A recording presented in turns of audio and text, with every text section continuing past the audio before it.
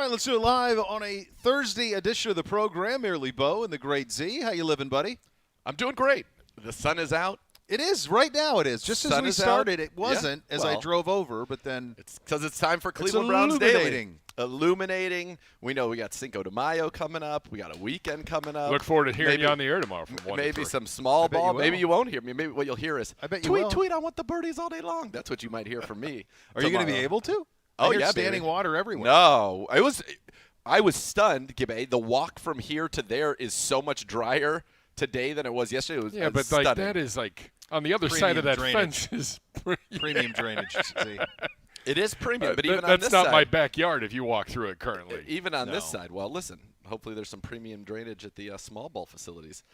What I would say is, this is a good time. This is exciting. There is a little bit of buzz around what's going on now, at least internally, getting to see these guys. Today was their first day to actually, they talk about we got to get these guys out on the grass. Today was the first day they were actually able to be out on the grass. Actual grass. On actual grass. Having the time of their lives. So I think it's cool to see. It's cool to see and cool to hear some of the buzz. And I know everybody's all excited about Elijah Moore, and there's a lot of excitement about him on air right now. We got to see him obviously do it in games. But it's kind of fun that this is happening. The weather hopefully is getting better. We're going to have a nice run through the first week of June, right? So we've got basically another month with this football team here going through the paces. We'll have some OTAs. We'll have that mini camp. We're going to have rookie mini camp, in basically 8 days. So there'll be an excitement. Then we'll have a little bit of time off, a little time to decompress, and then we'll hit the road, baby. Right back to it. Right back West Virginia. Great song. Mountain Mama. I think on the off day I should take you all whitewater rafting. I would do it. He would do it in a second. You should absolutely We're do that. 45 minutes from the gorge, which is one of the best places in the world. You should 100% do that. I have one of the greatest whitewater rafting stories. I haven't heard many, so okay. So here's one. It's a low threshold. So here I am, a young man. I want to say, pretty sure we went to New Zealand when I was in 6th grade. Is what feels right to me. So go ahead. 6th grade. You're 12. Yeah. You, the official Nana, and Pedro. That's right. The three of you say New Zealand. Of all the places we can go. So we didn't travel much. I will. Well, okay, and I know this because I've heard the childhood of Nate many times, and I do believe it could be an HBO series. I don't know that. So I will acknowledge that when you're on the West Coast, you view New Zealand, Australia, Hawaii very different than all of us here. It is closer, but it is still a jaunt. It was the longest nonstop flight in the world at that time from LAX to Auckland when we did it. It was like 14. Okay, yeah. So people also don't understand how big the Pacific Ocean is. Like when we went to Bora Bora on the honeymoon, it was 9 from LA. And you were still had forever to go like if you're going to go to Sydney. It was still like another 5. Yeah. So, okay. Very long. Anyway, so like when I was a kid, we did go to, because my dad played rugby, and so he had toured around England and Wales, and he made some friends in Wales. So we went to Wales when I was a kid. Some pictures of young Pedro. All right. A mustached Pedro. Oh, very mustached. In rugby. Yeah. In the rugby. He was a hooker, as we have been documented. That's right. So anyway, we go to New Zealand, which was actually pretty cool. Imagine it was. It was amazing. And it's too bad for my dad that this was pre all the Lord of the Rings stuff, because he would have really loved going to all of those sets. Well, I wondered if that was something that he read the books or something like that. I don't know. Hopefully Nana will text me and say why we went there. I wonder if it was because of his love of rugby, and the preeminent rugby nation in the world is the All Blacks in New England. Which I had. New Zealand. I had the kits and the whole deal. But anyway, so we go there. And one of the days we go, and they have such great natural, like in Rotorua is a town where they have the natural sulfur springs and the mud's popping and it smells gross. And we played this cool golf course there. Anyway, we go whitewater rafting one day. And it's obviously young me, my dad, and then and the official Nana of the show. There is definite concern about – the guy was a very good swimmer then. I knew that I was going to be fine in the water. I figured my dad would be okay, although I wouldn't call him a great swimmer. Now, Nana was a nice, very slow swimmer, but – you were worried about Nana in the rapids and whatnot. Yeah. So we go whitewater rafting. we go through what they called this was going to be this real hard section. I don't know how they graded category 4 or something or 5. Or yes, I knew it was category. Class. No, it's class 3 rapids. Class rapids. Yes. Let's say categories reserved for hurricanes. Yeah, class. So we go through a couple of real rough and tumble spots, and then you hit like this long, straight, flat part before you're going to get into another set of rough and tumble, high class rapids. So we go through the first one. Everything's great. Everybody makes it. Oh, Nana's still in the raft. Here we go. We hit the beginning of this straight on the flat. Gone. Nana, gone. Flops right on out of the boat like a fish. What the hell? Exactly. What the hell? So now she's there on her back, and everybody's like kind of, okay, we're sitting in this calm area, but we're rapidly approaching the next section. So she's in the next section, not in the boat. Like just hanging onto a rope? Or no, she's on her back. She's swimming on her back with her, because she's got her helmet on and everything. Yeah, you got to get flipped over as quick as possible. You have to keep your feet up. Yep. You can't if your feet, if they're down, you risk getting swept under a rock. Sure, you get There's rivers, the river issues. Yeah. My mom says we went there because she was really good at picking vacation spots. That's why I think we went. Not definitive, but we'll take it. Credit. Good. But you didn't go to a lot of them. Great job. It's appropriately sourced. But then she falls out, and it's getting to become like a panic. Like, how do you fall out when there's nothing going on? She just was kind of sitting there and was like, "Whoa." Out.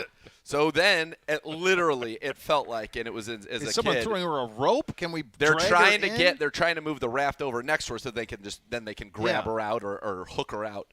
And she said she's already laughing. So long story short, it's starting to get like panicky now. Yeah. And then they finally, as if it were, right out of a movie, pluck her out right before and she's in, and then we're going into these crazy rapids and everybody's bouncing all over. But I mean, it could have been disastrous. God. My mom also, she picked good spots. What was your father doing the entire time? Probably just taking in the views. In my memory, in my recollection of it, I think he was maybe had a pipe. I think he made a comment about how could you fall out right here. Of course. I think there was some of that was in play, and then I think, he was observing the other. He wanted, obviously, he was interested in her well-being and saving her, but I think it was like out of his depth at that point. They needed the now they do the best they can. And right, come on, guys. So anyway, that was it. But they also went without me to Fiji. Okay. Which is, I guess, when she's talking about picking cool spots. So they go to Fiji, and they're walking around some rainforest, and then my mom got some, like, bacterial infection from the rainforest of Fiji that our doctors had never even seen. And so they thought for a while, and I might be embellishing, but I don't think so. I'm pretty sure they thought for a while they were going to, maybe have to amputate her foot. Good God. And then it ended up they got it under control. So they're vacationing, nice destinations, but when you are maybe not the best. Too risky. Way too high risk. Too risky. Yeah, just go chill next to a pool. Maybe on a Maui. Lounger. Right. Just chill, nice resort, enjoy yourself. All you can drink, all you can eat. That's it. So that's the whole operation there. Gosh, that's incredible. Yeah, that is incredible stuff. With so that's Fishelana. I don't know that I've even whitewater rafted since then. The only time I did since then was when I was in college. They did a retreat for the fraternity presidents. Yeah, that were incoming, and we got to whitewater raft down the Chattahoochee. There you go. Chattahoochee. So my dad. A little bit of Deliverance vibes there. So my dad, before I go, is like, hey, there's this movie you should watch. We watched Deliverance, and I'm like, what? So I'm not going on this trip. There isn't anybody who should ever recommend that to anyone, let alone their offspring. No. Who needs to see that? Nobody. Nobody. And that was like for our age, that was like a rite of passage. Oh, have you seen Deliverance? Yeah.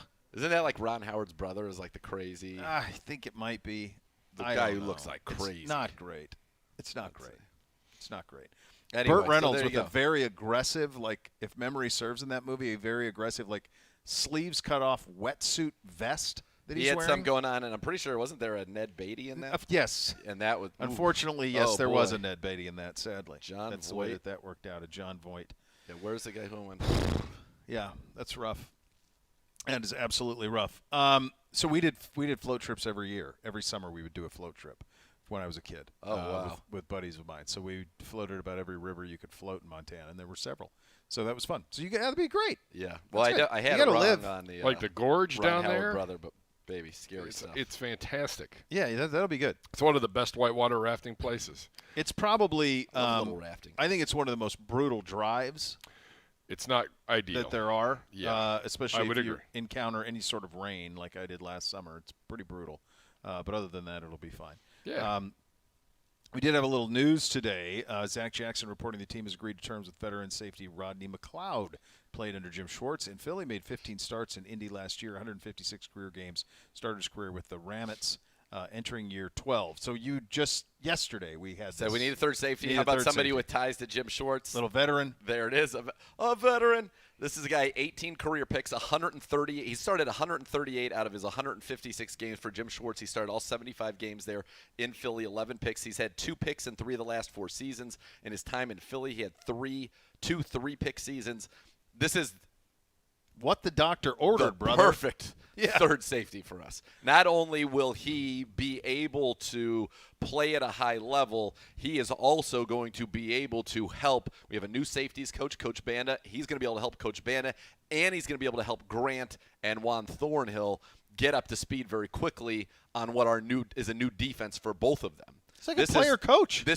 And he can still play. Yeah. I mean, he can still play at a high level. Stephen Holder, who we've had on this show, right, Gibbe? Yeah. Yes. For sure. He tweeted out that this is the kind of guy that you want on your team. This is a team that this is a guy that every team should want in their locker room. A+ human being, still good on the field to boot. Here's what Jim Schwartz had to say about Rodney McLeod from their days in Philadelphia. Where did that one go? I just had that right there. Basically, bottom line is that he loved him. Here it is. I'll put my name on Rodney McLeod any day. That guy plays the game the way it's supposed to be played. He's tough. He's not the biggest guy on the field, but he is a warrior. He's going to do everything he can to make that play.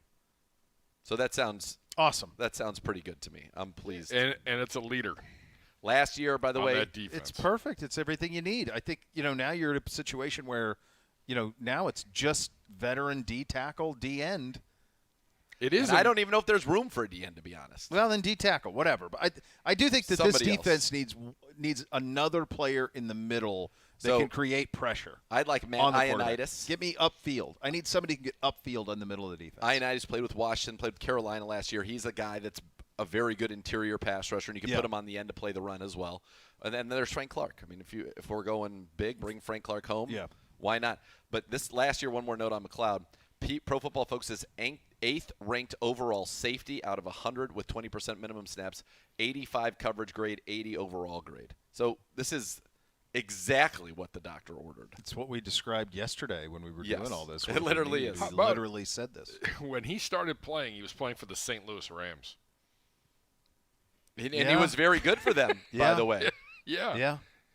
He played St. Louis 6 years, I think, or 4 years. 4 years, 6 years with Philly. And then last year with Indianapolis. Yeah. Not bad. Undrafted, if I'm not mistaken. Which is pretty darn good. A good career that he's had.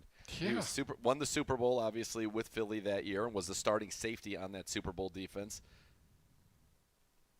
And he won the NFLPA Alan Page Community Award in 2021. So this is a good human, good player, and exactly what we needed at that third safety spot. If we need him to come in and start for us, he can do that. He has played both free safety and strong safety for Jim Schwartz, so he can do it all, more of a strong safety, but it gives us a lot of insurance on that back end. And now it sets up, I think, a pretty interesting battle for the fourth safety spot between DeAnthony Bell, who's back, and the young man that's been reported to be coming to the Browns, Ronnie Hickman from the Buckeyes. Yeah. Yeah. So that would be great. It's a big signing. I like it. I like it a lot. I just got when you said St. Louis Rams, it clicked with me that I know a guy who. I was going to say, probably was a teammate. For sure. Quote, awesome dude. Awesome dude. I love it. I love it. I'm in. If he's in, I'm in. Browns also pretty good character witness there. Reportedly, there has been some discussion. We talked about these running backs and where you're going to find them. So there's been some discussion with Justin Jackson, who had been with the Chargers for the majority of his career, former 7th-round pick of them, and then last year was with Detroit. But career, 5 yards a carry, 8 yards a catch, solid in pass pro. And people may say, wait a second, that name sounds way more familiar to me than it should be, given that his best year of his career, he ran for 364 yards and 2 touchdowns for the Chargers in 2021. He's had about 22 catches, 178 that year. That was his best year, 542 total yards. So not a major player, but a good role player. And the reason that people, I think, might remember him is it always goes back to fantasy football, doesn't it? It does, sir. He had late in 2021, I'm pulling up his game log right now. Late in 2021, they had a bunch of injuries. I think Eckler must have missed some games at the end of the year. Yep. And he came in and helped people win fantasy championships. So in the semifinals, I remember this vividly. He had 11 rushes, 64 yards, and 2 touchdowns. I remember this. 8 catches, 98 yards as well. So he had a game where he basically put up 150 total yards, caught 9 balls, and 2 touchdowns. Put people into the fantasy championship. So he was a winner. And I remember he got sniped by somebody you might know ahead of The Miz, who was nonplussed. And had The Miz got him, he would have won the title that year. So I'm glad he did Hate to see it. Yep. Be nice if Mike could catch a break from time to time. I'd like things to work out with him, although he's barely I will say that he chose me and the Browns over Kevin Hart yesterday for something that we've got cooking. Nice. If you smell what The Rock is cooking. You got The Rock? No. It was his birthday the other day. I wonder if he and Joe Thomas exchanged. May 2nd, 1972. Yeah. That puts him at 51. Who Born doesn't? in Hayward, California, my hometown. Everybody loves The Rock. Probably not the best last year for him, though, other than the Terramana stuff. Like the Black Adam thing didn't do real well. He did the energy drink thing, which I don't think did very well. No, but Terramana's overwhelming and Young Rock's all of doing it. Young Rock does all right. And, but it's kind of like the last couple of big movies, I don't know that they've been kind of everything that you're hoping Was Black for. Adam not a box office success? I do not believe so. Let's see. I don't think that it was a bonanza. I could be wrong, but I don't remember the buzz on it being a bonanza. It did $400 million. They always have a it's still pretty good. It always depends on the what did it cost to make? Yeah. $400 million. How's that not a hit? Yeah. So the film received mixed reviews from critics and grossed $400 million worldwide, widely labeled as a box office bomb after marketing and distribution costs were factored in. Yeah. That's where it goes south. High expense. Yeah, but I mean, how much could it cost? Must have been close to that. Yeah. By the time all was said and done. Today is May the 4th. May the 4th be with you. This started as a GIF, and then it's become an entire thing. I was curious. So our generation, I would say, was probably the golden era of Star Wars, what it meant to us as kids. So when we were at Disney, like the kids loved it. I mean, it was awesome. But they do not revere Star Wars the way we do, and I think in a way, like Marvel usurped it for them. Yeah. And I think the other thing, and I have boys, and so I view it through their eyes. For us, the original 3, you could be either Luke or Han. Totally. They were both cool. Very cool. Really cool, like male Yes. lead dudes as a little kid that you wanted to emulate. Like when we would play Star Wars with the little figures, like I was Han, my brother was Luke, or vice versa, whatever. A lot of time I'd make him be Chewbacca, and I'd be both Luke and Han just to stick it to him. But like you would have, you had like things that I was thinking about it from the boys' perspective. Like there's nobody for them to emulate from a boy. There's no cool dudes in Star Wars anymore. The coolest in the new stuff is Kylo Ren, but he starts off about as bad as can be. Yeah, he's not great. No, there's a good, obviously a great female role model. Right, but for like a little boy to go be, yeah. And I wonder, like Disney's whole operation is built on princesses. Yep. So, but there's no like boys for them to grab onto. Meantime, Marvel's got all the cool dudes you can try to be. Well, and now the good news is at Disney now you got a Guardians of the Galaxy ride at Epcot, so they're incorporating all the Marvel. They are far more like my oldest is begging me to take him to Guardians tomorrow. We're going next Friday, baby. I already got the tickets. Yeah, everyone's all jacked up to go. And there was none of that around the Star Wars stuff. And I've tried like to get him into Mandalorian. That didn't take. So I don't know if you know this or not. I'm pretty sure it still is. Return of the Jedi's in theaters right now. Yeah. Well, also I think if you took them and saw it in a theater, I think that adds to it too. Think about it. They've never seen Like, I remember seeing Return of the Jedi in the theater. Same. And I was blown away. It was the have best. to remember That was my too, favorite though. movie of my childhood. That Me and too. Top Gun. Return of the Jedi, and everybody always craps on Return of the Jedi that it's What? not great. I love it. Bozos. Love it. Like, it was the first Yes. one I remember seeing in the theaters. The other thing you have to remember for our generation is, for us, we had the fear of Vader. Because even in Empire, Legit.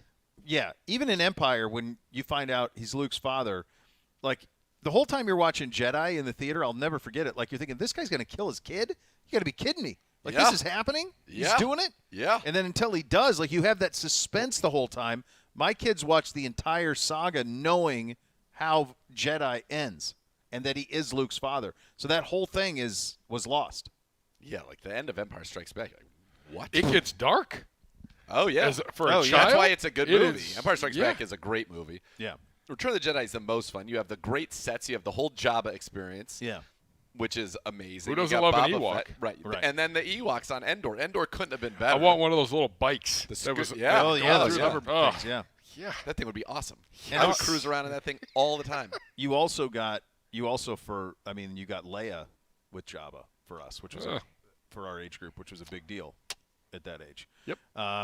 Yeah, so I don't know if it has the juice for this age. There's a No. ton of it. It's everywhere, and if you ever go to Disney, it's stupefying what they did. But There was I don't also think there nothing is. like it.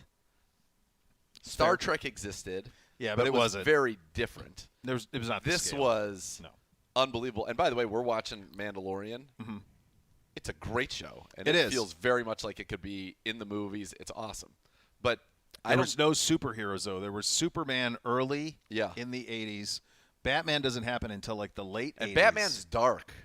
Right, but I mean, it doesn't happen until later. It's like the Keaton. I want to say it's like 89 or Yeah. 88. Like, it was much later than that mid 80s when these were going this nuts. was to me Yeah. the movies.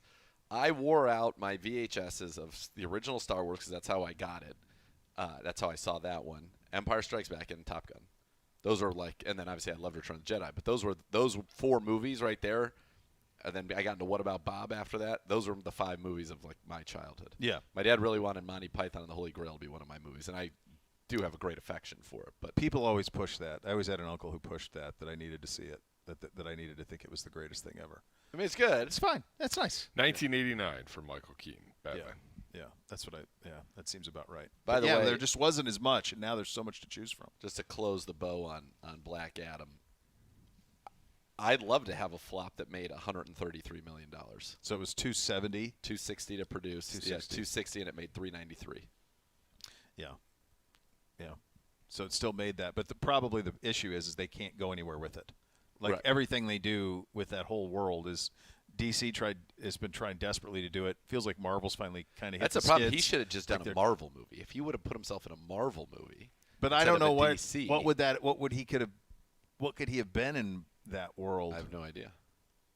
I mean, Batista's killing it as Drax. Batista's great. Yeah, but He's he wants to hilarious. be, front facing. He The wants man. to be Tony Stark, and he doesn't. There's can't do plenty that. of characters that they have that they could have given him one of them. The only one that made sense, kind of, but no, not really. In terms of in the main Avengers outfit, there's none of those that would have made. But that is the greatest achievement in the history of film, the MCU. Those 20 films or whatever it is, and the casting on that is unbelievable. He could have been the Hulk.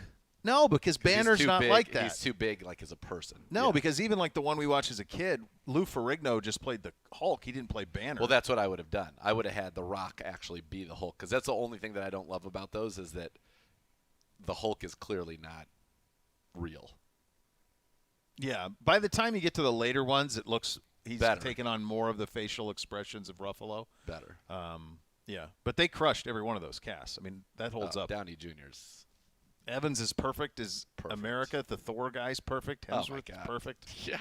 Crushed it. Yeah. Crushed it across the board. Loki, unbelievable. Yeah, very, very good. All right, lots to get to here on the program. Have a little fun along the way. We're going to rank the divisions. Actually, Bleacher Report's Maurice Moten ranked the divisions. Yeah, pretty good job out of him by the quick look at this. Also, we have some rankings on the Kyle with his Good Morning Football AFC quarterback tiers. We will get to that coming up a little bit later on. Is that a joke? Is that real? He put out some QB He tiers. did. Z and Gerard's. I'm here. Remember, you're safe. Gerard's conversation with Z with Dorian Thompson-Robinson. Also, it is a mailbag edition of the program. Tweet your questions to us at Browns_Daily. Use the hashtag AskCBD. My morning occupation was saying that the hashtags you almost have to tweet directly at was their experience yesterday.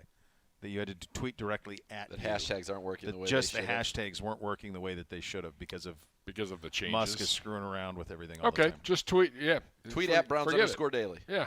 Easy. By the way, real quick on that, in just 2 minutes. So Musk was on with Bill Maher on Friday, and one of the things for like 20 minutes, and one of the things Maher said was, like, we're right to be fearful of AI. And Musk was like, yeah, you are. It needs to be regulated. It needs to be regulated right now. We all have. But now smart, powerful people are. And there's this guy, Jeffrey Hinton, who used to work at Meta, who was one of the forefathers of AI. Yes, he left. He talks to the BBC. He left, spoke to the BBC over the weekend and said, this is a big problem. Here's your warning. Knock it off. He left so he could talk and make these warnings. Yes. If he stayed there, he would not have been allowed to talk about it. No. He's leaving saying, hey, this is out of It's gone control. too far Too already. fast. Way too fast. This is every science fiction movie ever. Like, we've said this. It's T2. It's all of it. At Thanksgiving 2020,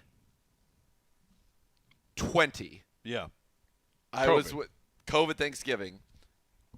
We all got tested so we could get together for Thanksgiving. We're at Kayla's family, and I remember sitting there this is like when they started having those robots, and I remember telling her dad, I'm like, AI is going to kill us all. Like, we're all going to get killed by robots someday. And he was like, you are so crazy, and laughing at me. And I said, no, I'm not crazy. I'm telling you. This is every movie they've been writing coming. this, now it's becoming reality. Yeah. You can now, if your voice, this is a public service announcement. By the way, they played with it on Succession on Sunday. Yes, with what they did to the dad. Yeah. There's scams going on right now where if your voice has ever been on the internet, which the three of us, yes, yeah, they can take it AI and they can basically make it say anything that they want. And so they're calling people and saying, you're me, like it's me calling saying I just got in this horrible car accident. They get to send this money to this hospital or whatever, and people are falling for it because it's actually the people's voices. Yeah. The thing about AI, it's great. It's going to automate some stuff, and that's going to be awesome.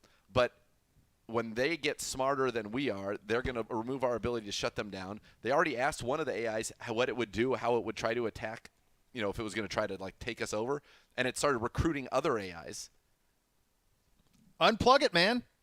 They're going to get smarter than that, though, and be able to create their own power. I'm telling you. My wife was telling me something they're about they're going to be smarter than people. The Roomba. The vacuum cleaner? Yeah. Like, it basically can take over your entire – it can hear your conversations. Oh, it sure. can. Yeah, it's all.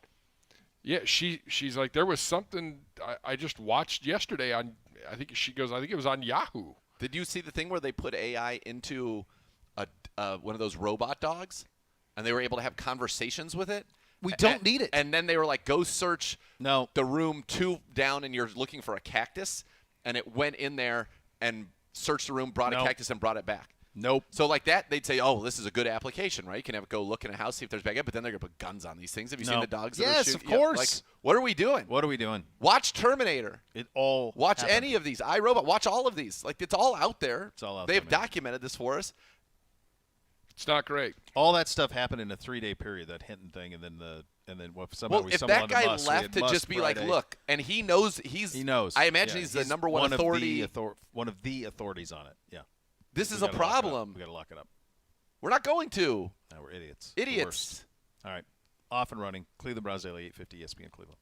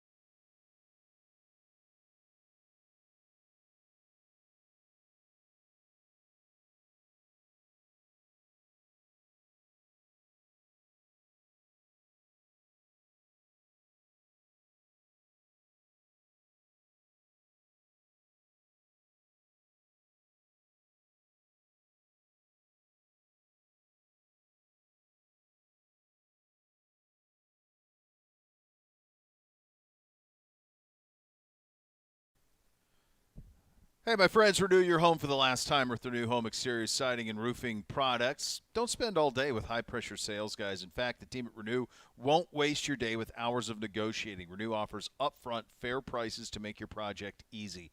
This month, take advantage of pre-pandemic pricing plus no interest or payments for 24 months. Renew Home Exteriors, superior products, superior service. Visit renewestimate.com for more. All right, this is from Maurice Moten. He ranks the divisions in the NFL after the 2023 NFL Draft.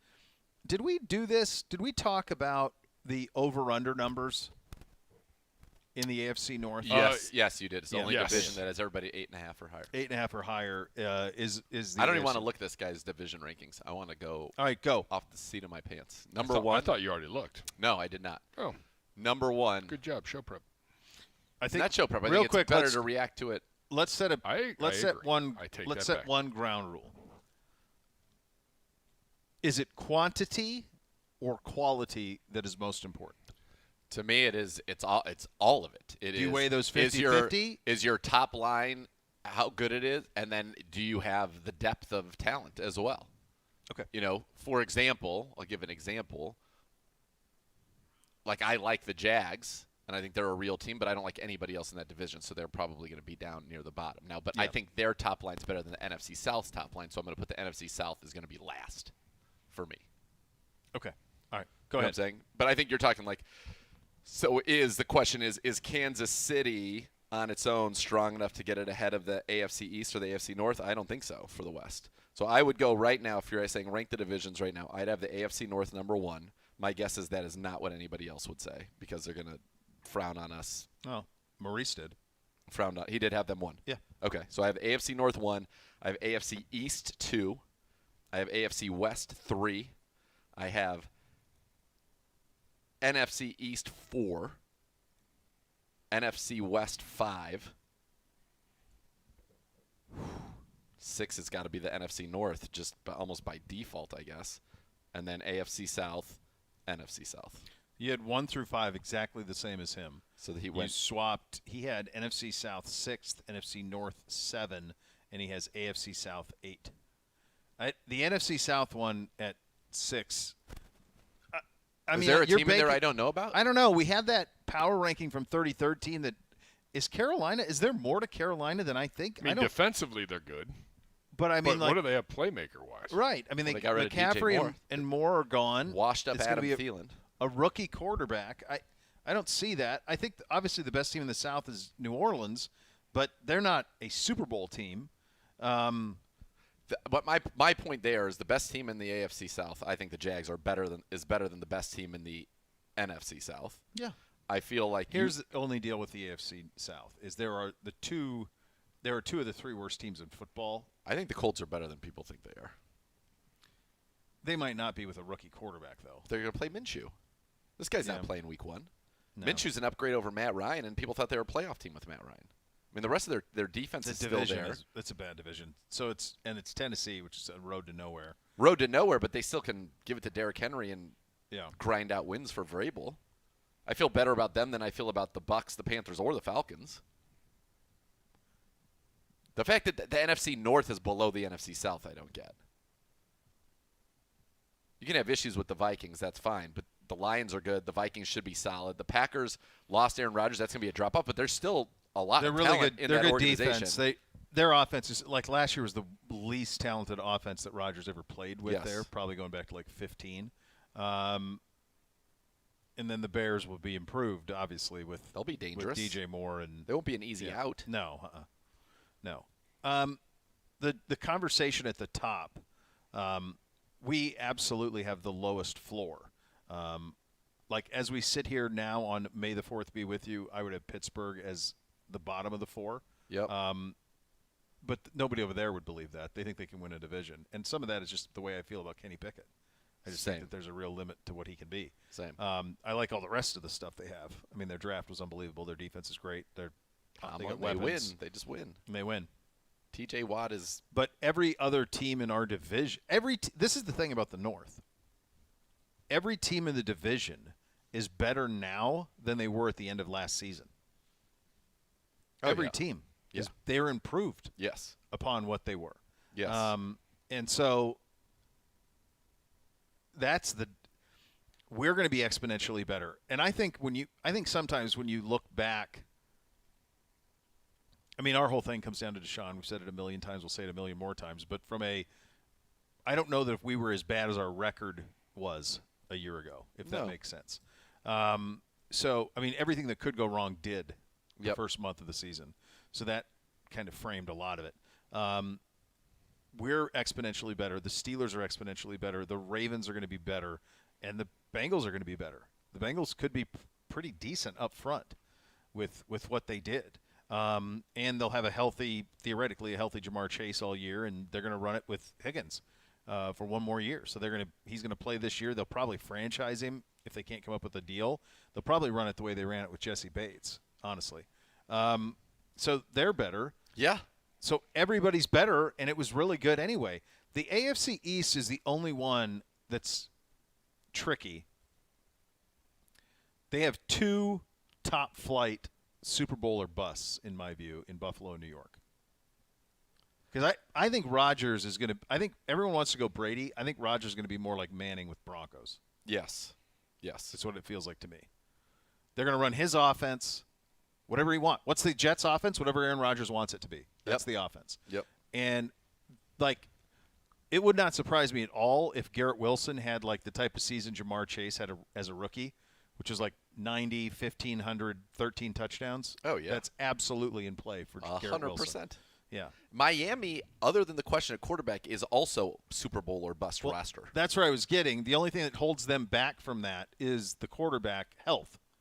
Is there a scenario in which, and my belief is yes, that Tua either gets hurt early or the Dolphins are doing well, but Tua gets hurt middle of the season, Rams are not, that they make a move for Matt Stafford mid-season and drop Matt Stafford onto that team with enough time to ramp up for the playoffs, and then you got Stafford running that offense with Waddle and Hill. Good God. But that's what they should do. They should. The 2 teams that I think will be very interesting for Stafford, if that comes into play, and then also for whatever happens with Arizona with Kyler, is Miami and Atlanta. Those are the 2 spots where, like, if you put Matt Stafford on Atlanta with that run game and those weapons at receiver that are coming with Pitts and London, and he played college ball at Georgia. Be a serious team. That's a team. That'd be a very serious team. And same thing if you put him on with the Dolphins. Those are the 2 teams to me with Kyler and whatever. Because I just can't see any scenario where Kyler Murray is playing for the Cardinals in 2024. Me neither. If I'm the Rams, honestly, if it starts, I'm probably I'd trade Aaron Donald to a playoff team for a Cup 1. Too. I do the whole thing. And just get your draft picks. Get your I'd draft keep picks Cup back because he can be an asset for you for 10 more years. Isn't he older than that? I just think receivers and his type of receiver that he is, with that kind of savvy, I think he can play at least 6 more years. How old is he? He can play till he's 35. He's 29. 29? All right. 10's a little too much, but yeah, 6. 6? Yeah. as long as you can get separation. And you know how to run routes and get open, you'll be fine. I do think, though, that Donald, that could be a piece, that could be a game changer. Throw him on our line. Good Lord. 2025 one. Throw him on Aaron our Donald. line or keep him in the NFC. Well, yeah, you can't go anywhere Nowhere else. Yeah. We don't put him. Don't need him playing with Von Miller. Good God. What I think the Rams are is what Lucas Matson thinks of Waystar Royco. Nice parts, bad brand. Bad brand. Yeah, nice parts. Good parts. Good parts. Elite parts in some cases. You have a Triple Crown So winner. you've got some parts that are really nice. Some real nice parts. There for them. And what their plan is beyond me, but that would be one to watch there. The NFC East is absolutely the best in the NFC. Yeah. It's not particularly close. It's got the number 1 team. Dallas is probably the Dallas third is either the best second team or Niners Seattle, depending on how that ultimately. I think Seattle's real. I do too. And the Niners are the Niners. I mean, they're whoever plays quarterback. Giants and Washington are better than the rest of the NFC West. Yeah. Wow, Yeah. so I got the top 5 right on. I'm shocked that he has the NFC South 6th. Like, I don't think there's anybody in the NFC South that's capable of winning the Super Bowl. No. I think that in the AFC South, Jacksonville, if everything comes together the way that it could, Jackson, if they you at do least that, have Trevor Lawrence. Agreed. And I would say that of those 3 divisions, NFC South, NFC North, AFC South, I would have the AFC South 6 because their best highest ceiling is Jacksonville. Yeah. And their ceiling could be pretty high. I don't think there's anybody in the NFC North who could win a Super Bowl. Detroit would say they Win could, but then a Super Bowl? I feel like they could have gotten a little bit better. Jameson Williams out for 6 games He'll be back. and that draft, that doesn't seem like a team that's going to win a Super Bowl. Like, that'd be stunning if we were sitting here. Yeah. And it wouldn't be totally out of this world if Lawrence became what everybody thought he would be.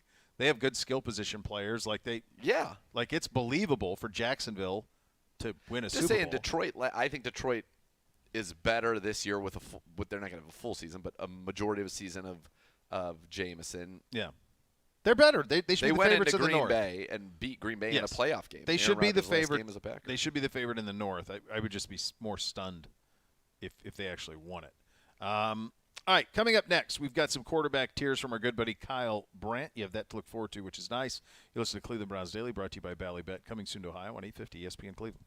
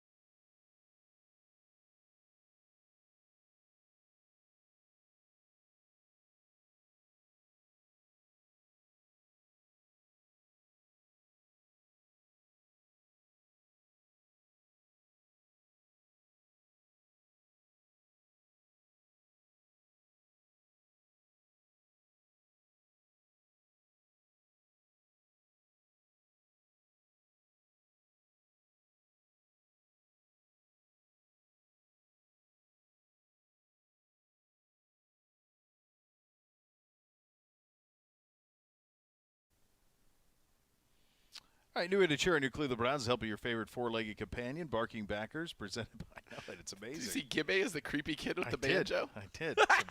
Browns therapy's on a heater. I'm ashamed I'm just now seeing it because the stuff of Pedro in vintage rugby and then me and Pedro playing rugby and then all of us on a river in the Cumberland, like it's just unbelievable. It's a lot. It's a lot of great stuff. Yeah. It's presented by Milkbone, the Browns' newest club for pet parents worldwide. Sign up today at barkingbackers.com. Barking Backers, the fan club for dogs. So we have Kyle talking about this, Gibbe. Is that what we have here? We do. All right. So here's Kyle Brandt on Good Morning Football talking about his AFC quarterback tiers. Let's have a listen. I asked you guys. I'll just tee you. You're down. Look at them, and it's obvious it's not scripture. These not on stone tablets. It's just me in my basement messing around. Which quarterback do you think I misranked? Who wants to go first? Oh, we're going to do whiteboards. Do we? Oh, look, we get the magic. We don't just say it. I think the first one is what? Misranked? Who is misranked here? Who are you like, what are you doing with this one? Misranked. What was very visually jarring for me was not only seeing Jimmy Garoppolo on his own, but having Tua Tagovailoa be below him. And that I was not prepared to have such a visceral reaction that I did to Tua being considered less than Jimmy Garoppolo. And I think Tua Tagovailoa is straight up misranked on this list. So Tua.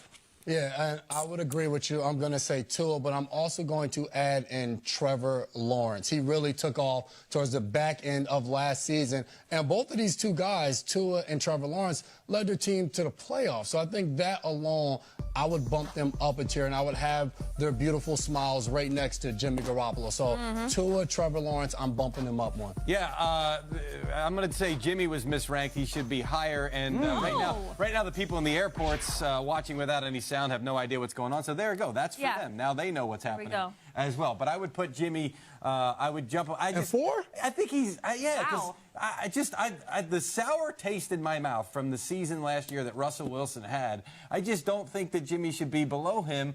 I love the fact that he's by himself, right? It's kind of a unique situation. The other thing is the Raiders really didn't. We thought, they're going to draft a quarterback high. Look at all the work they did in the quarterback. They wound up not doing it. I think they still believe that Jimmy could be not for the long haul, but the relative long haul. This is why this is tricky. Jimmy's won some big games in which he's played really, really well. You know, Lawrence was the most popular response on Twitter about how could you have Trevor Lawrence there. I love him, like most of us do. I feel like last year was really his true rookie year because the year before they had Urban Meyer and head coach. It was a disaster. True.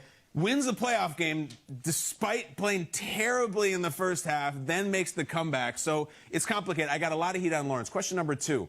Of all these guys coming into this season, look forward to 2023 season, who is most likely to jump up a tier, to go in the elevator, get in, maybe go from 6 to 5. Guys, maybe go from 5 to 2, whatever you want. Mike, what do you think? Here's Trevor with an arrow to show you which direction he's going to go because this upcoming season, year 2 for him, is where quarterbacks really jump up. Wait a second. Jason McCourty just looked at me and said, can you count, dude? It's year 3 for him. No, it's not. I agree. That first year never happened. I agree. Doesn't exist. The Urban Meyer experience, throw it out. This is year 2 with Doug Peterson. They did a great job in year 1. I think they're going to be even better in year 2. Yeah, I'm not mad at that because Trevor already should be in 5, and maybe he jumps up to 4. Maybe he jumps up to 3 in that category with those guys.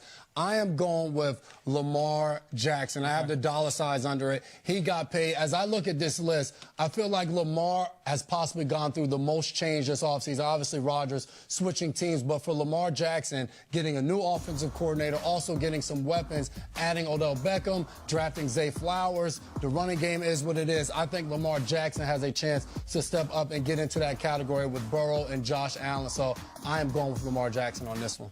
This flirts with the he better kind of category too, but the one that I picked that was going to jump was Russell Wilson. I don't think he belongs at 4 from a skill set standpoint. I think Sean Payton is an awesome coach, and there was a time that Russell Wilson would have been up there with the number 3 class. So I don't think it's going to be very hard for him to move up. Last year, for as much as we want to throw away Trevor Lawrence's first, maybe that's what we're going to say about Russell Wilson's first year in Denver. In hindsight, if you will, that was was such a weird year. The Nathaniel Hackett experience. Obviously, it worked for Aaron Rodgers, but that just means it might not have worked for Russell Wilson, and that's fine. Maybe he needed a guy, a leader, a head coach that was just going to have a bit of more of a heavy hand, if you will, from a leadership perspective.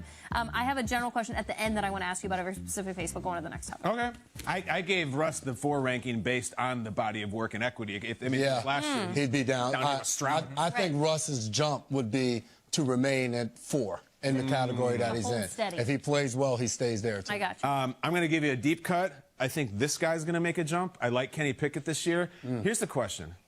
Back in 20. Come on up to like the penthouse suite. What about one of these two guys making a jump? Is there too much distance between the penthouse and the penultimate penthouse? Could this guy do it? I mean, you have to win the Super Bowl this year to basically catch up with him. He's got too big of a lead, but that's always really fun to watch. You're up. Right, there you go from Good Morning Football. So they had Kyle had Mahomes in a tier all to himself. I have no problem with that. I think that's appropriate. Fine. Burrow and Allen in the second tier. Would you add anybody to that second tier? Does Rodgers deserve to be in that second tier? I think you could make an argument Rodgers needs to be in the second tier. Rodgers should be in the second tier. Yes. And then for me, I think I'd have Herbert in this. I think Herbert's that good. I think he is too, but they missed the postseason last year. He's already back on that bandwagon. I know he is statistically, but like at some point they got to win. I mean, they have a ton of talent. I know they had injuries, well, they had but so many and injuries. The coach is not great. But like, geez, he's not with Burrow and Allen. I can't do that. I mean, they've. All right. You know, you're talking about one guy who played in the Super Bowl and got to AFC Championship game. So put Rodgers there, and then I put Rodgers up, and then what I was going to say is I would have Lamar, Herbert, Watson. All, and I might even put Lawrence, like coming in behind that. But I'd have those guys on there. I think Watson, Jackson, Herbert is a tier. Tier 3. Then I think Russ and Lawrence, one may be going down, one may be going up, but I would put them on the same tier. Then probably Garoppolo. I think Tua should be on the same tier as Garoppolo. Tua with Garoppolo, agreed. And then everybody else can be below that. Then it doesn't really matter. It's funny the love affair people have with Pickett. Like, from a guess the stats perspective, and I know how well you know stats. Yeah. Do you know what his completion percentage, yardage, touchdown to interception was last year? I want to say he played a lot. I want to say like right around 59, 60%. A little bit higher, 63. 63%, 2,400 yards. Nailed it. 7 touchdowns, 9 picks. Nailed it. Yeah. Absolutely nailed it, exactly. Good job out of you. Did you have it up? No, but I just heard it. But I looked at that when I was told the other day that he's better than Russell Wilson. So that's right. That's right. Silly. That was a silly bar conversation you had. It must have been. Yeah. A rating of 76.7. Yes. I just don't see it. I don't understand what people are all excited about. Good skill talent. They have good skill talent. Pickens, Deontay Johnson, Allen Robinson, Freiermuth, and Najee Harris. I am nervous of anyone who wears gloves all the time to play, on both gloves to play quarterback. And I'm nervous of the fact that I don't see him have an ability to drive the ball. He clutched up a little bit, and that's why I think people are excited about it, because he had a couple of those game-winning drives at the end of the year. He had 4 game-winning drives and 3 fourth-quarter comebacks. That's the thing. They were in games, and he would win these games like 16-13 after doing nothing, and then they would have that one play, and everybo's They won 4 out of their last 5. They beat Atlanta 19-16. They lost to Baltimore. At the end, the Raiders they beat at the very the end. Raiders 13-10. They beat Baltimore 16-13. Again, right at the end. And then they beat us 28-14. That's how they finished. Yes. So in those games, these are his completion percentages in those 4 games: 57.1, 66.7, 55.6, 44.8 against us. He was 13 of 29 against us. Yeah. In that game. I know. The highest yardage total is 244. The most touchdowns he threw in a game was 1. Yes. I just don't. I know. I mean, this isn't like 6 coming out of his rookie year. No. Where you were like, okay, let's go. Lively arm. He set the record for most touchdown passes. Yeah. Like, come on. I don't see it. I don't. Yep. So everything else looks fine.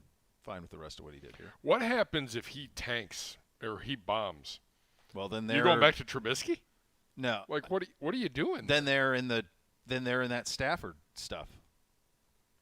They're in that world. They're in the Stafford Kyler world where you try to find. The problem for them is, here's the deal for them. and it's a similar spot that we found ourselves in with Bake, was you're good enough to not be bad, but not good enough to beat anybody who's great. So you're road to nowhere. And you can't be you won't be in a position, unless it's just dumb luck. You're never going to be in a position to draft the quarterback that you want. So you either have to pay a premium, like we did, or you're going to stumble into one in the draft. Yep. So it's a hard spot to be in, that spot. And seeing as how the Squealers stumble into a lot of things, I wouldn't put that past them. Yeah, they'll pick somebody in the second. Quinn Ewers will fall to him next year in the draft, and they'll end up with him. Yep. But that's the type of luck. Quinn Ewers is they're going to be. They will be perennially picking between like 17 and 24. Yeah. Right. That's where they're stuck with where they're at right now. Yeah. That's the operation. It's like the most decorated AIW tag team of all time, the Philly Marino Experience. Too good to be bad, but too bad to be good. That's it. That's exactly what it is. Guy who's a hell of a college quarterback going to join us next. The conversation with Dorian Thompson-Robinson. You listen to Cleveland Browns Daily, brought to you by Ballybet, coming soon to Ohio on 850 ESPN Cleveland.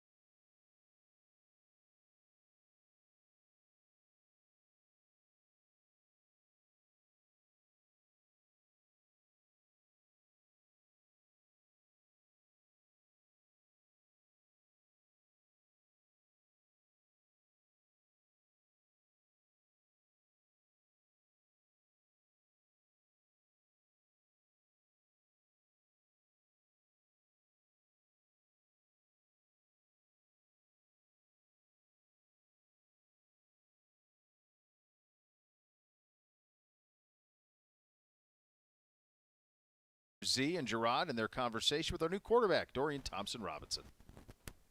Dorian, congrats. You're down. On being drafted in the National Football League, and certainly we are thrilled to have you here with the Cleveland Browns. So congrats. Thank you, man. I'm super happy to be here, and I think this opportunity will serve well for both companies. So. Well, we all certainly hope that. Very impressed what you did at UCLA, completing 69% of your passes this past season, throwing for over 3,000 yards, 27 touchdowns. You ran for 645 and another 12. Incredibly productive, obviously, down there at UCLA. But did you know the Browns were a team that was interested in you?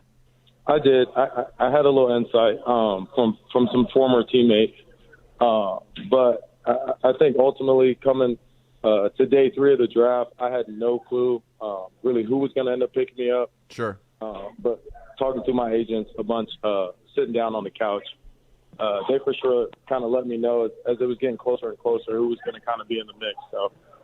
I'm guessing you're alluding to perhaps Demetric Felton, who you spent some time with there in UCLA. And what's he kind of told you about now that you are a Cleveland Brown, about coming here and just the expectations of joining this organization? Yes, sir. D-Fel has been very instrumental, not only through this today, but the whole process of me getting drafted and going through, combine and all-star weeks and stuff like that. So I couldn't thank D-Fel enough. He speaks very highly of your guys' organization as well as just the experiences that he has down there. So super excited to be able to link back up with him as well as some former high school teammates. But I'm super happy for sure. And speaking of that former high school teammate, Cedric Tillman, tell us about that relationship. Were you guys able to stay in touch with each other during the course of your college ranks? And how excited are you that you will be joined up with him again? Oh, for sure. Cedric's my guy. We talk every day in a group chat with all our boys from our high school. So I've been able to keep up with Cedric throughout his whole college career. And luckily today I was able to go. So he gave me a phone call earlier today and wished me luck and gave me some words of encouragement because I was pretty upset about yesterday and not going so high. So I thank Cedric a lot. I can't wait to get back up there with him because he's definitely a dog for sure. And Dorian, take us into that process, man, what it was like these past couple of days and what you've gone through, because it sounds to me that, and it's a good sign that you recovered from it and that you're happy and you're ready to move forward. Yeah, it's been a roller coaster. Hearing a bunch of information and obviously, the ones at the top make all the picks. So a lot of that information can be misleading and false. So just a whirlwind. I'm super happy now to be a dog. And can't wait for this opportunity and to maximize it. So, when you knew you were coming to Cleveland, obviously Deshaun Watson's here, right? So you know that you're going to have time to continue to develop and refine your skills to compete to, be the backup to Deshaun Watson here. What's kind of that like for you in terms of the mindset, and then to know you're coming into a room with a guy who's played at a level like Deshaun and coming to what is really, honestly, a very quarterback-friendly offense orchestrated by Kevin Stefanski? Right, and I was able to take a top 30 up there. Me with the OC and quarterback coach. I think it's a really good fit for me. I think this is a team that really believes in me and my skill set, which is something that I need. Yep. And so I'm ready to maximize everything that's given to me, all the opportunities and everything that's put in front of me. I'm going to try my best to be the best teammate I can be for Deshaun, as well as the rest of the quarterbacks in that room, like I've done my whole life for any team I've been on. And I'm trying to walk in there and really just be a dog. Be a part of the culture and build this thing from the ground up for sure. And Dorian, I had the opportunity to watch you live play against USC, and I was very impressed with what you did on the football field, how you overcame injury and how you battled throughout the course of that game. Now, the outcome was not what you wanted, I know, because you want to win the games. But right. With that in mind, though, my man, tell our audience about that skill set and what you feel you bring to the table. Yeah, I feel like, you mentioned the SC game. My favorite game from last year was Washington. And I think if you rewatch that game and you see the plays, the hidden yardage that I was able to get those games, I think that's kind of what sets me apart, man. I play the position like how the position is supposed to be played from the neck up, and I make sure that whether it's a different situation or in the play call itself, that I'm making sure that I'm checking my boxes off. So, like I said earlier, though, I'm ready to bring that same skill set to Cleveland and link back up with Felton Cedric. But I'm super excited, and and I'm ready to go. Only person in UCLA history to record over 12,000 yards. You finished with 12,536 in your career, which is incredible. And I got to tell you, from watching you, one thing that stood out, obviously incredible athletic gifts. Your accuracy improved 70% last year. I'm going to ask you about that in a second. But your toughness. I mean, you got to be tough to play this position, 6'1", 205. You showed a lot of toughness, a lot of heart. Is that something you've just always been a guy that's been able to be resilient, to play through things like that and just to kind of exhibit that toughness? Or is that something that you've developed over time, being the leader of your, basically the face of the franchise at UCLA? Mm-hmm. No, for sure. That's for sure, I would say, a requirement for this position. Yeah. As well as things like accuracy and anticipation. So those are things, if you don't have it, I don't think you can be a quarterback even past the high school level. And so that's not something I pride myself on or something that I carry around like it's a badge on my chest. It's just kind of the standard that's set for the position already. And I think even through Deshaun's play, I admired that too, how he's been able to battle through injury and overcome adversity and been able to turn it into a positive stuff. 69.6% in your last year at UCLA completion percentage. That was the highest that you had produced, up over 7% from 21. What would you attribute that to, your ability to deliver the football more accurately in your final season? And do you think that's something that we'll be able to carry forward with you here in the NFL?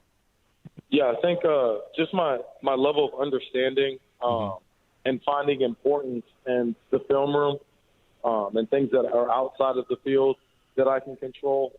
And so, I was able to graduate.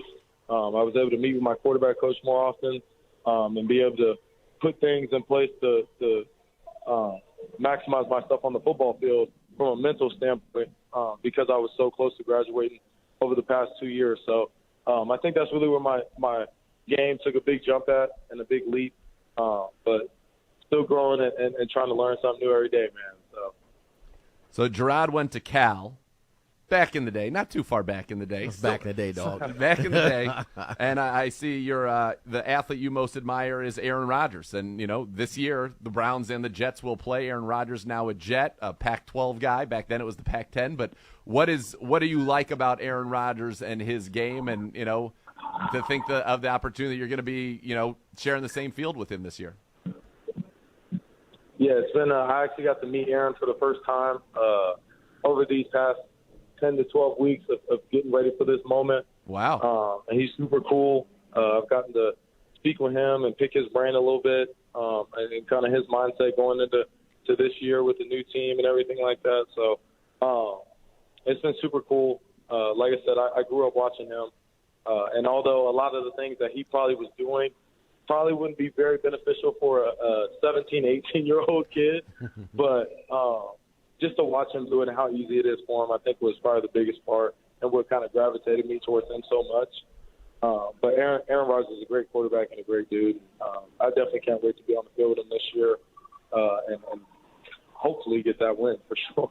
Yes. And we're both, Nathan and I, West Coast guys. We grew up in the Bay Area. So we're familiar with your high school being in Vegas, Bishop Gorman. Yep. What is going on out there, man, that you guys are producing so many ballers?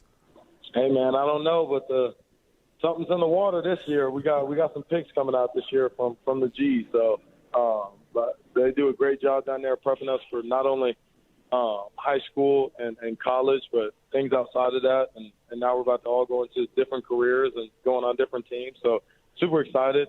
30-30. Guys, and super proud of them for sure. I'll tell you what, we had Andrew Barry in here earlier, and I asked him, I said, do you expect Dorian and Cedric to hit the ground running in rookie minicamp given their past chemistry, and he just smiled. So we're excited to see you get on the field out here at rookie minicamp. You might have to have a little bit of a different wardrobe than beautiful sunny L.A. and Las Vegas, but you'll be ready for that. I'm sure Dimitri will get you prepared for that. But Dorian, congratulations. It was a joy watching you play in college, and it's going to be a joy watching you here with the Cleveland Browns. Oh, thank you so much. You're up. All right, good stuff there with Z and Gerard and DTR. I like that kid. He's just Lots to like. You can tell he's a leader. Good You can tell juice. he's been a quarterback. Dude, he's been a face of a college football program for 5 years. Yeah, I mean, that's and had his best years. He talked about, his last year he was done. He'd graduated, so he was able to just play football, and you see his completion percentage go up to almost 70%.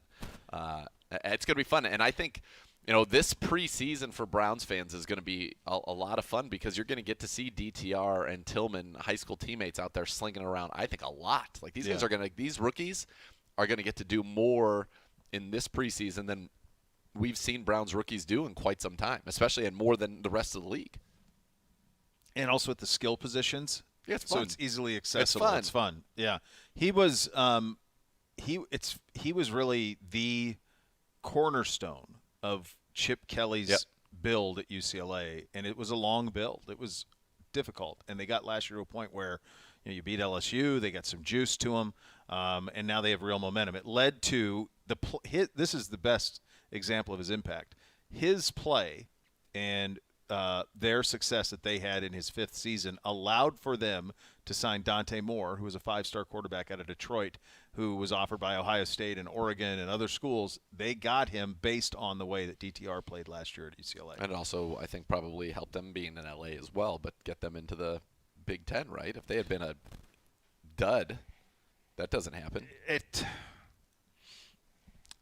I don't know how that would have gone. I don't know because it would have been easier for USC, whose longest rival is actually Stanford. Yes. It would have been easier for everybody if they had just taken Stanford.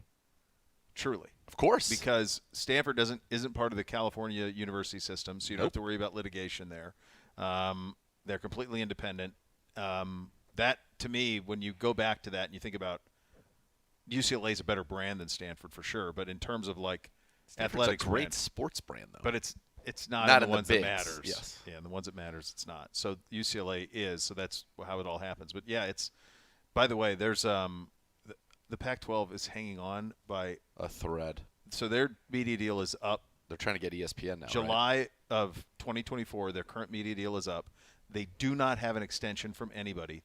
CBS Sports is reporting that ESPN bowed out, that they don't want it as a full-time one. Like, they would probably take their games in the 4th window, the 10 o'clock stuff. Like, they would do that, but they're not giving them the big nut that they want. So they are in a situation where they're trying – the best scenario for them is to piecemeal it together with – do you convince Fox, which has Big Noon, to give you like 6 and 10 o'clock every Saturday night?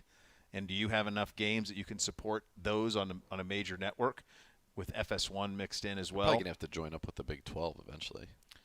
Well, make like a Southwestern conference basically, or Mid-South. Yeah, Midwest. but they don't want them all. I mean, and the Big 12, the thing is the Pac-10, the remaining Pac-10 teams, it's better branding than the Big 12 is. Oh, yeah. Like, it's definitely better. The Big 12 has Kansas basketball, and then it falls off pretty quickly. There's not really a football brand in the Big 12 that you're like, I mean, it's Baylor and Oklahoma State. They're all B-level. There's no A-lister in football. So they have Kansas basketball, and that's kind of their thing. And then they're good at, I mean, all those schools are good at basketball, men's basketball, period. But there just isn't really a landing spot for the Pac-12 from a TV media rights. No, it's crazy. So the Big Ten's kind of sitting it out and seeing if the Big 12 poaches some, and then they could get Oregon and Washington. Is kind of the hope there. But then there's going to be like, imagine like Washington State, Oregon State, Arizona, like not having a place, not having a league. Arizona should, just because it's such a good basketball school. It's a good brand. I agree, but there's no interest in it. Like they could end up in the Mountain West or some crazy thing like that, like those schools. Yeah, that's crazy. And I think the only thing that's going to help Colorado is that Prime is there. Otherwise, they wouldn't. Yeah. Did you see how many kids from Colorado are in the portal? Yeah. 56. There are only 85 kids on scholarship, Coach. So he basically was like, "You're not 50 playing. kids." He said, "Hit the bricks." And he's going to bring in. How the heck are you going to bring in 50? Now he's got 27 in his recruiting class, but you're talking about. But you saw the attendance at the spring game. Like, that's insane. Right, but you have to physically get people in the roster. Yeah. Like you have to get kids into school. Yeah, and you can't if you recruit 35 kids in 4 years, 35 kids are done. Well, or right, he can't, with a portal. You're right, Gibby. He's also going to have to make sure that, like, from a classification standpoint, it matches up. Okay. Yeah. He's also got to think that he's going to be able to pull a lot of people in the portal. Well, that's what he did. He's done that. He's done that already. Like, he's done that pretty good. But, like, so far it's all been people mostly been people he's had connections with. Sure. Like his kid and this Travis Hunter kid so those type of things. But yeah, that sport is back to DTR real quick. Yeah. He was one of the top dual threat quarterbacks in the country, wasn't he? Yeah. Yeah, I think it was said. I think in Dancing it said he was the number 2 in that class. Can you equate what he did for UCLA to what Taj Boyd did for Clemson in terms of? Not yet. Okay. They'd have to go on a real Not run. yet. They'd have to. If Moore turns out to be a dude with Chip, then you have the start. That's a good drop in out of Ugebe. If Moore can then see, the thing is Taj begat Deshaun. Yep. Yeah. Which begat Lawrence, which begat Klubnik, or I'm sorry, before that, DJ Uiagalelei. Like, it allowed for them to recruit a different player. So in that sense, yeah, it's a very good comp. But they need to win. This Dante Moore kid needs to be a dude, and they need to win. Gotcha. But yeah, it's a solid job and a very, very good comparison. I loved Taj Boyd. He was fun to watch. He's an important player, man. They beat Ohio State in an Orange Bowl in 2014 they had Watkins and Hopkins, and the other guy was good too. He played for the Steelers. They had Sammy Watkins, Martavis Bryant, and DeAndre Hopkins he was a dude. on one receiving corps. Yeah, it was ridiculous. And they beat Ohio State in an Orange Bowl. Isn't Taj Boyd who did the famous interview with his study buddies? I can't remember. I believe so. We'll look it up in the break. Okay, very good, very good. Still time to get your questions in. It is. It is. Okay, yeah. All is well yes. done. I missed that one. Maybe I'll be refreshed when we get to the break. break. Still time to get your mailbag questions in. Tweet us your questions at Browns_Daily. Use the hashtag AskCBD. You listen to Cleveland Browns Daily on 850 ESPN Cleveland.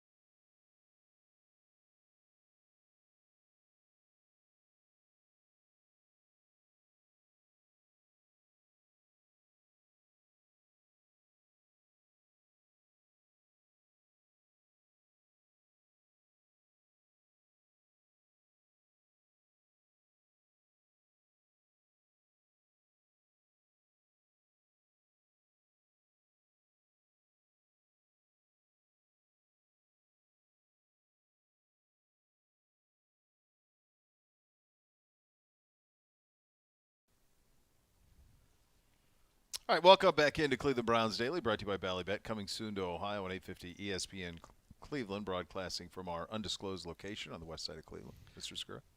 The sun changes infinitely how I feel about our undisclosed location. Like, I couldn't agree with you more. You know how I feel about when this it's place. gray and dark. It feels tough. It can test your mental health. But with the sun coming in, do you think that's just in not general? I do. But I think in particular this place. This place does not do well in the gray. I would agree with that.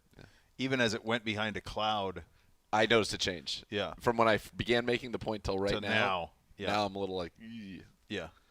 That's it. We got a special guest Connor in the with the house. K's here. Connor with the K. Fantastic tones on him. Loves a good earth tone. Yeah. Looks good in him. Yeah. Natural palette. We are the world. We are the children. I like it. Gibbe wants to know best practices for Cinco de Mayo.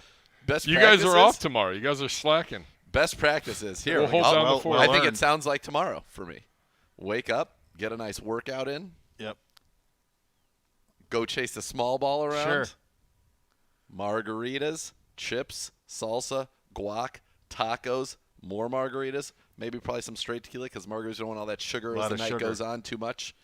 More chips, maybe a burrito, maybe a quesadilla. No queso, I don't know. Though. Maybe a churro at the end of the night dipped in some caramel. I don't know. Nuts. Why not?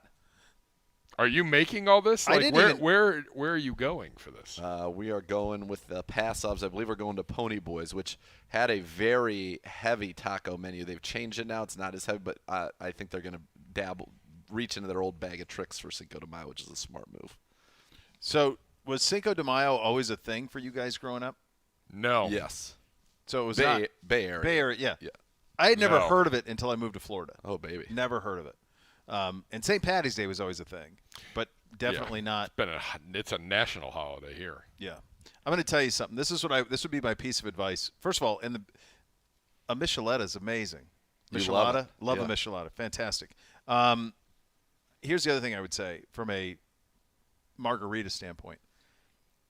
If you have you could do this even at a bar as opposed to ordering a margarita. Like, it's so easy to just do tequila with really heavy lime squeeze. It's fine. And a touch of simple syrup.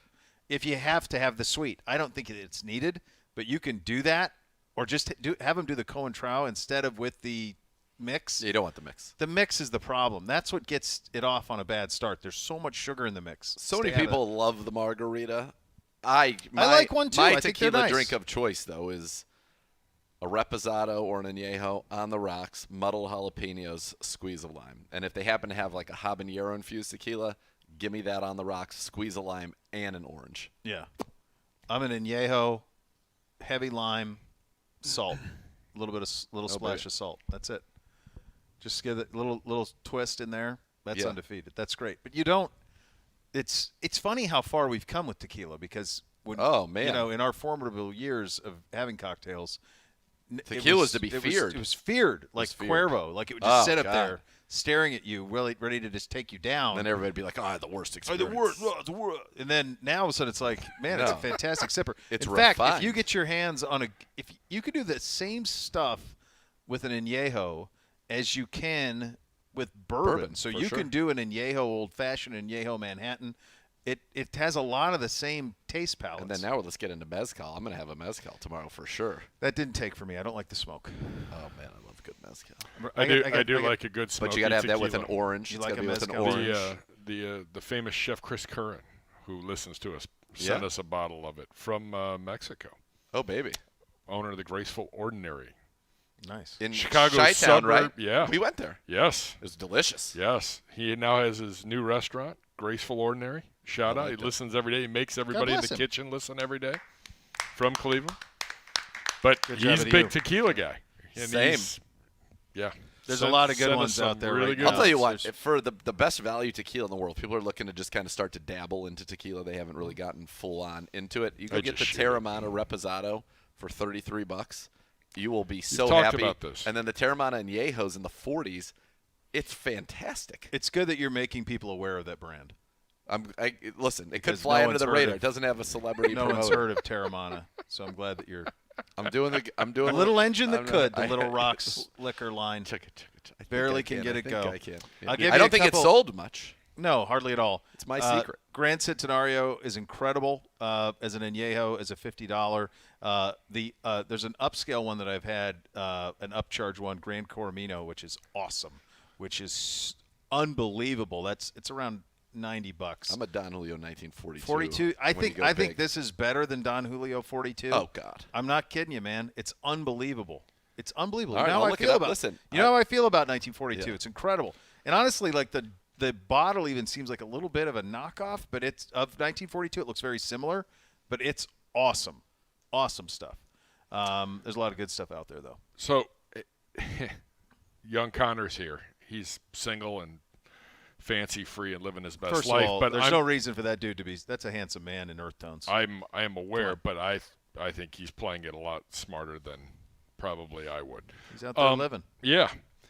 My PSA to everyone as we approach this holiday or any holiday. Yep. Do not ever get married on one of these holidays. Gibby. No. Why would you do that? No. I mean, like schedule a wedding or like plan Yes. a wedding or like find a girl like, at a bar and go marry her. Get married. Like plan a wedding on a holiday. No. Yeah. Well, guess who did that? You did that? First one. Oh God. And guess what the day was?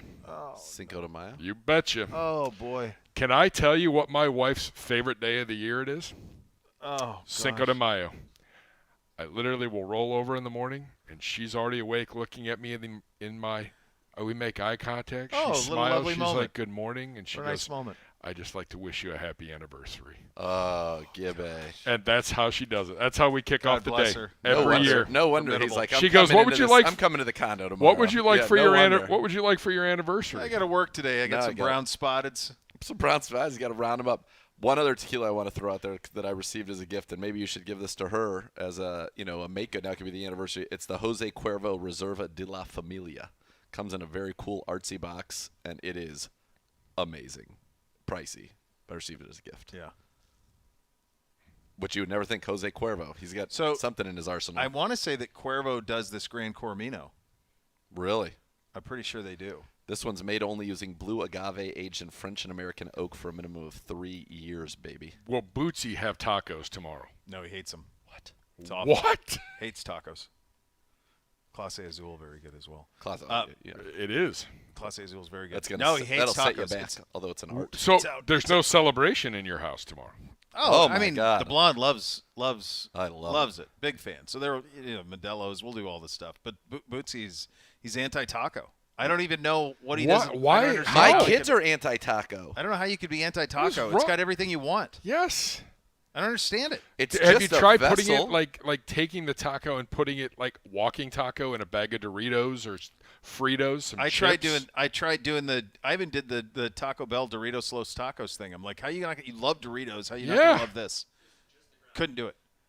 I don't know. No. I don't. I think it's just I don't know if it's the all of it mix thing. I don't know what it is because he eats all of it independently, so it doesn't make sense that he wouldn't. But he's anti. Yeah. All right. I think some of it could be out of spite. Arden, for example, loves like when I make a fajita stir fry, which is just fajitas. Yeah. I make fajitas. Yeah. But she won't wrap it in a tortilla. That's grosser. She just wants it on her. Like she thinks. That's all right because then you're not getting the. But the she won't even calories eat. from Okay, she won't the even eat tortilla shell. quesadillas. And she loves all the stuff. It's just something about like she's always like they don't want to go to like a Mexican restaurant. And I'm like, man, I don't know that what anyone do you has mean? ever said to me, should we have Mexican tonight? And me say no. Yes. If any. Yeah. Yep. In done. the football season. There's so many things that I can get off that menu. In the football season on Thursday nights. Let's go. Miss K cooks every Thursday night. Yep.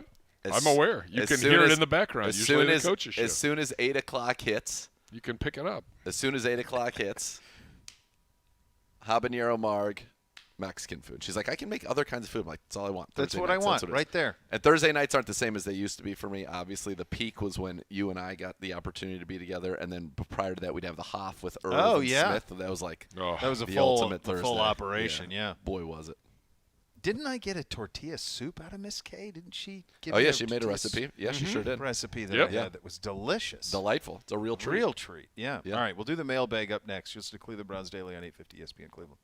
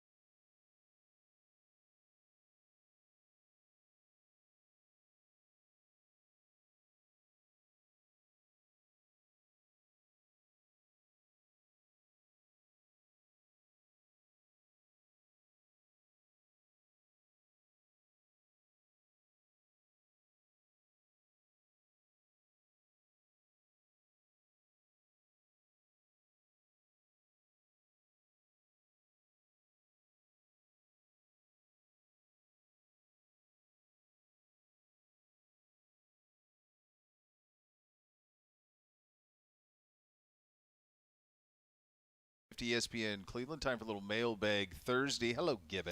Hi. How are you? Oh, just great. Sun's out. Sun's out. Guns out. We're just talking. Going into a holiday weekend. It's a win for everybody. I had to think about that. Not a holiday weekend, but that's all right. Yeah, it feels like it. It's all right. I got miles to go before we sleep here. It's all right. Sleep when you're dead. Well, yeah, we'll get there. Sooner rather than later, probably. You can tweet at the show. I think you got a lot here. At Browns_Daily. Yeah. Oh, my God. Jeremy Dietz. If Nathan doesn't get the tweet I sent him, what are the Browns going to do with Demetric Felton? He's going to have to try and He's going to have to fight like his hell. butt off to become the pass-catching third back. He's not going to make it in the receiver room. No. He's going to have to fight his butt off to make it in the running back room. Beat off someone who comes in from a veteran standpoint, or Yeah. All right. Got to go. Let's see. Who else? We've talked about the wide receiver room a lot. Ethan Rubo. The schedule isn't out yet, but looking at our opponents, what would your dream schedule here for the first 4 games to get us out to a hot start be? Oh, man. Schedule reportedly out next Thursday at 8 p.m. per Adam Schefter. I want to tribute according.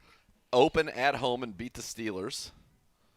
How about that? I don't know if I like that. We beat them at home last time we played them.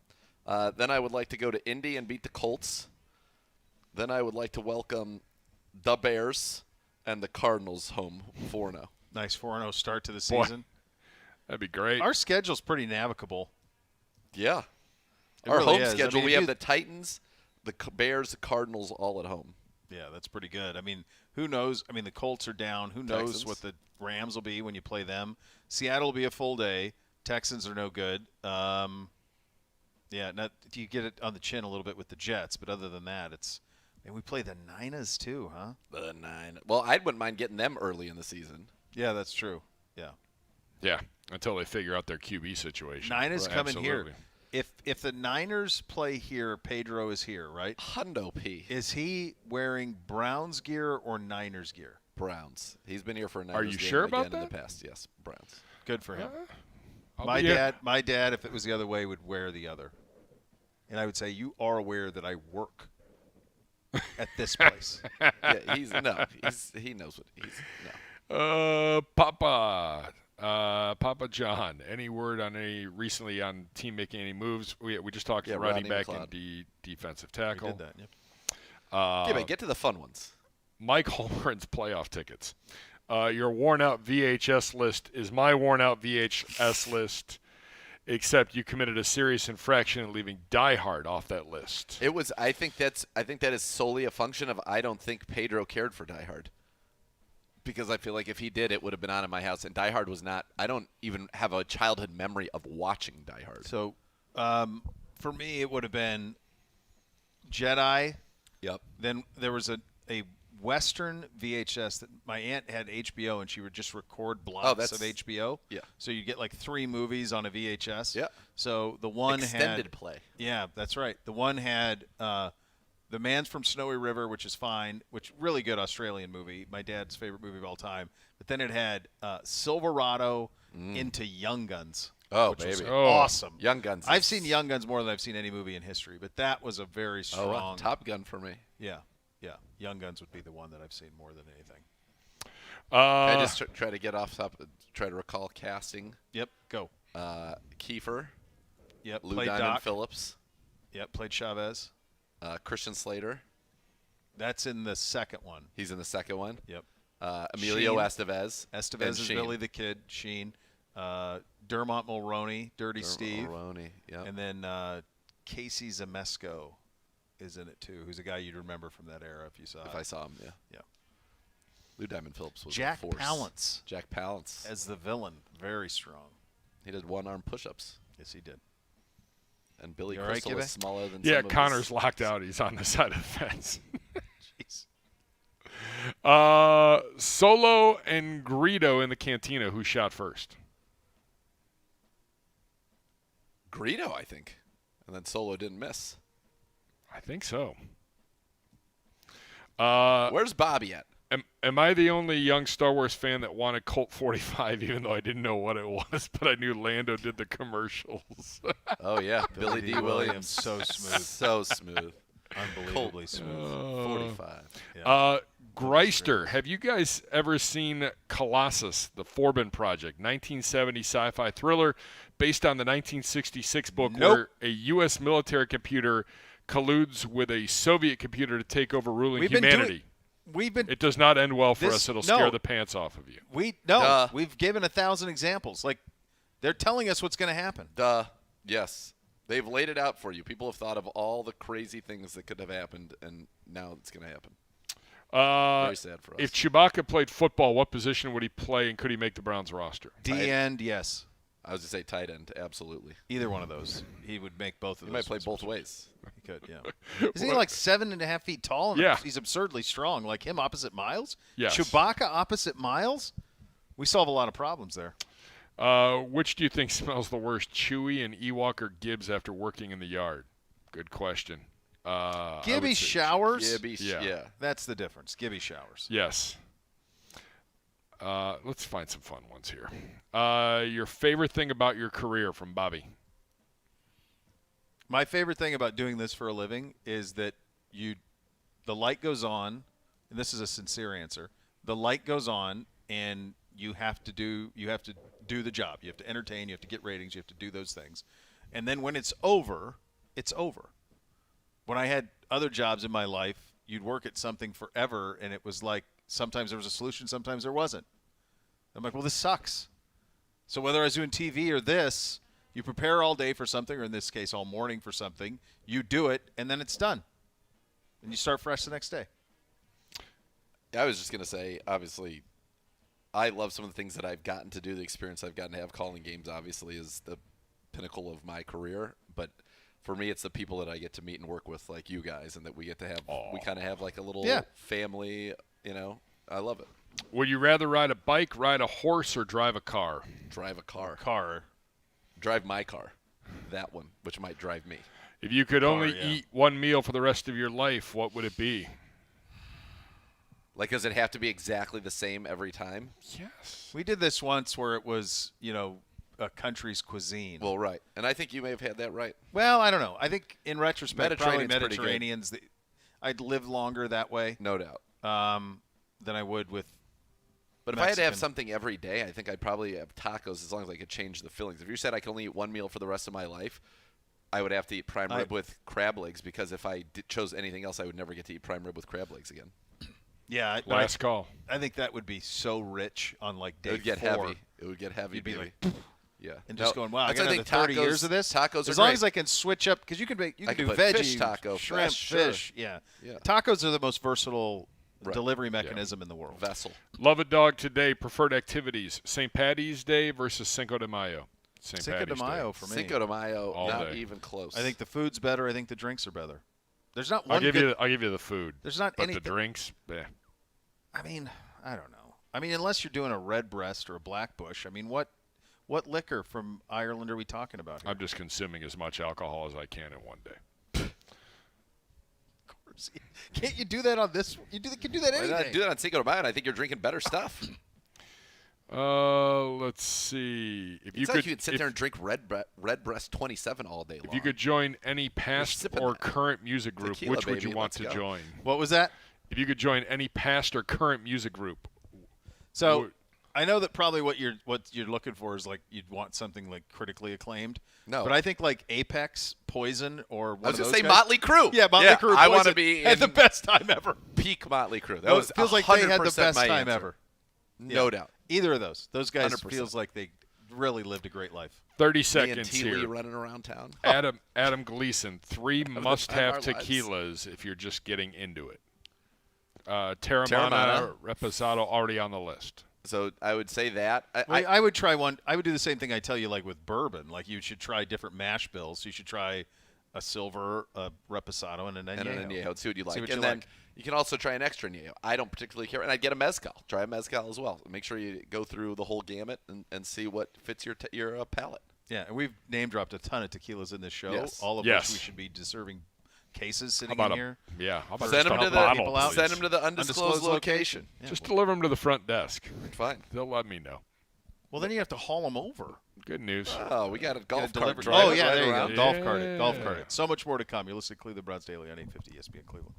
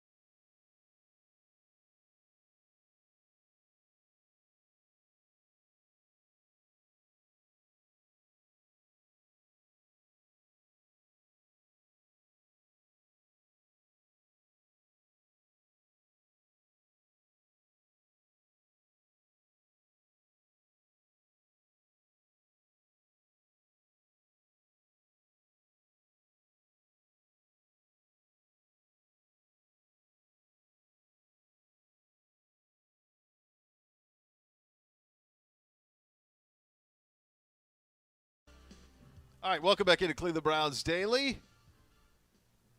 All right, here we go. We've done it. We've made it. So we're out, right? We got good weather from here on out. We're locked in. I mean, if it's at least in the 60s and 70s, I think we can live a little. Yeah, we're going to be able to live, but I still think we got the rains are still going to be a problem for us. So I say get it when the getting is good. See blue skies, small ball. No blue skies, rain, no small ball.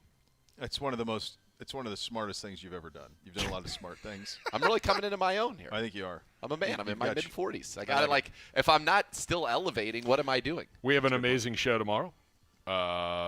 Debut interviews, exclusive interviews with our top draft picks. Oh, baby. Dan Sagany. Oh, God. Oh, there you go. Andrew Berry. I like it. Yeah, we have a full loaded up. A whole slew of Glenn, guests are for we tomorrow. saving? Are we saving Glenn? Glenn, I think, is on the weekend show. Oh, there you go. Oh, my. Lots going on here, kids. Next level coming up next. Thanks for listening. Loaded. Browns Daily, 850 ESPN Cleveland.